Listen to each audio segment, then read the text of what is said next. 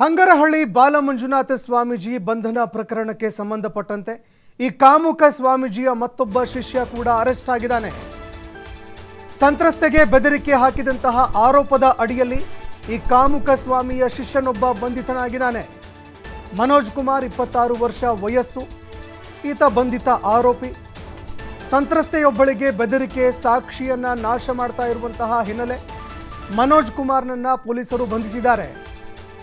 ಇನ್ನು ಮನೋಜ್ನನ್ನ ಬಂಧಿಸಿದಂತಹ ಹುಲಿಯೂರು ದುರ್ಗ ಪೊಲೀಸರು ಈ ಪ್ರಕರಣಕ್ಕೆ ಸಂಬಂಧಪಟ್ಟಂತೆ ಆತನ ತನಿಖೆ ಕೂಡ ಮುಂದುವರಿಸಿದ್ದಾರೆ, ವಿಚಾರಣೆ ಮುಂದುವರಿಸಿದ್ದಾರೆ.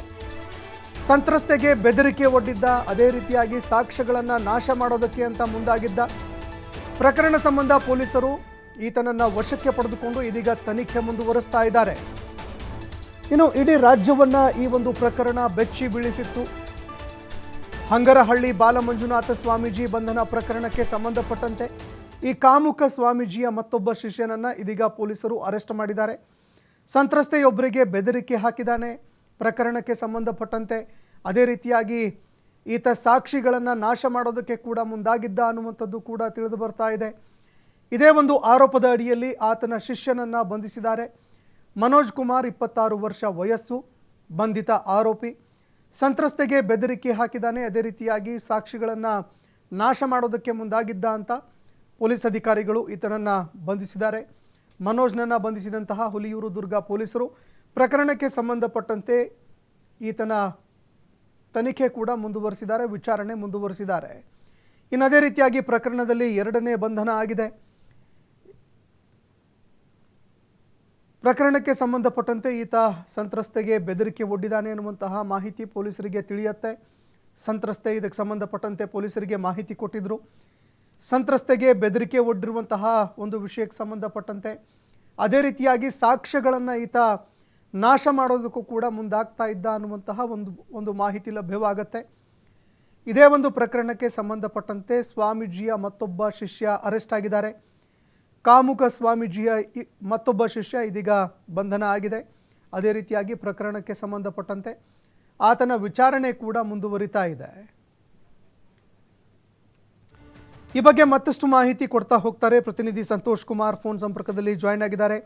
ಸಂತೋಷ್, ಹಂಗರಹಳ್ಳಿ ಬಾಲಮಂಜುನಾಥ ಸ್ವಾಮೀಜಿ ಬಂಧನ ಪ್ರಕರಣಕ್ಕೆ ಸಂಬಂಧಪಟ್ಟಂತೆ ಮತ್ತೊಬ್ಬ ಶಿಷ್ಯನನ್ನ ಅರೆಸ್ಟ್ ಮಾಡಲಾಗಿದೆ.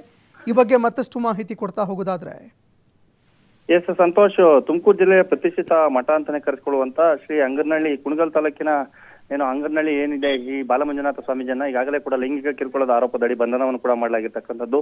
ಬಂಧನದ ಸಂದರ್ಭದಲ್ಲಿ ಆಪ್ತ ಸಹಾಯಕ ಅಭಿಲಾಷನನ್ನು ಕೂಡ ವಶಕ್ಕೆ ಪಡೆದು ವಿಚಾರಣೆಯನ್ನು ಕೂಡ ನಡೆಸಿರ್ತಕ್ಕಂಥದ್ದು. ಈಗಾಗಲೇ ಕೂಡ ಅವ್ರನ್ನ ಕೋರ್ಟ್ಗೆ ಹಾಜರುಪಡಿಸಿ ನ್ಯಾಯಾಂಗ ಬಂಧನದ ಮುಂದೆ ಹಾಜರುಪಡಿಸಿ ನಂತರ 5 ದಿನಗಳ ಕಾಲ ಪೊಲೀಸ್ ಕಸ್ಟಡಿಗೆ ತಗೊಂಡು ತನಿಖೆಯನ್ನು ಕೂಡ ಮುಂದುವರಿಸಿರ್ತಕ್ಕಂಥದ್ದು. ಈಗಾಗಲೇ ಅದಕ್ಕೆ ಸಂಬಂಧಪಟ್ಟಂತೆ ಬಗೆದಷ್ಟು ಬಯಲಾಗ್ತಿದೆ ಸ್ವಾಮೀಜಿ ಅವರ ಒಂದು ನೀಚ ಕೃತ್ಯಗಳು ಅಂತಾನು ಕೂಡ ಹೇಳ್ಬೋದು. ಯಾಕೆಂದ್ರೆ ಈ ಒಂದು ವಿಚಾರಕ್ಕೆ ಸಂಬಂಧಪಟ್ಟಂತೆ ಅಪ್ರಾಪ್ತೆಯ ಮೇಲೆ ಏನು ದೂರು ನೀಡಿದಾಳೆ, ಆ ಅಪ್ರಾಪ್ತೆಯನ್ನ ಆ ದೂರನ ವಾಪಸ್ ಪಡಿಬೇಕು, ಮತ್ತೆ ಆ ಸಾಕ್ಷ್ಯಾಧಾರಗಳನ್ನ ನಾಶಪಡಿಸಬೇಕು ಅಂತ ಆಕೆಗೆ ಬೆದರಿಸುವಂತ ಕೆಲಸವನ್ನು ಕೂಡ ಅದೇ ಒಂದು ಮಠದ ಮತ್ತೊಬ್ಬ ಶಿಷ್ಯ ಆಗಿರ್ತಕ್ಕಂಥ ಮನೋಜ್ ಮಾಡಿರ್ತಕ್ಕಂಥದ್ದು.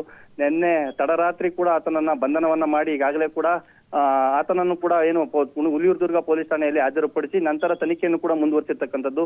ಈಗಾಗಲೇ ಈ ಒಂದು ಪ್ರಕರಣಕ್ಕೆ ಸಂಬಂಧಪಟ್ಟಂತೆ ಸ್ವಾಮೀಜಿ ಸೇರಿದಂತೆ 2 ಶಿಷ್ಯರನ್ನ ಬಂಧಿಸಿರ್ತಕ್ಕಂಥದ್ದು. ಬಂಧಿಸಿ ಪ್ರಕರಣವನ್ನ ದಾಖಲಿಸಿಕೊಂಡು ಈಗಾಗಲೇ ಕೂಡ ತನಿಖೆಯನ್ನು ಕೂಡ ಮುಂದುವರಿಸಿರ್ತಕ್ಕಂಥದ್ದು. ಸಂತೋಷ್, ಧನ್ಯವಾದಗಳು ಸಂತೋಷ್ ನಿಮ್ಮೆಲ್ಲ ಮಾಹಿತಿಗೆ.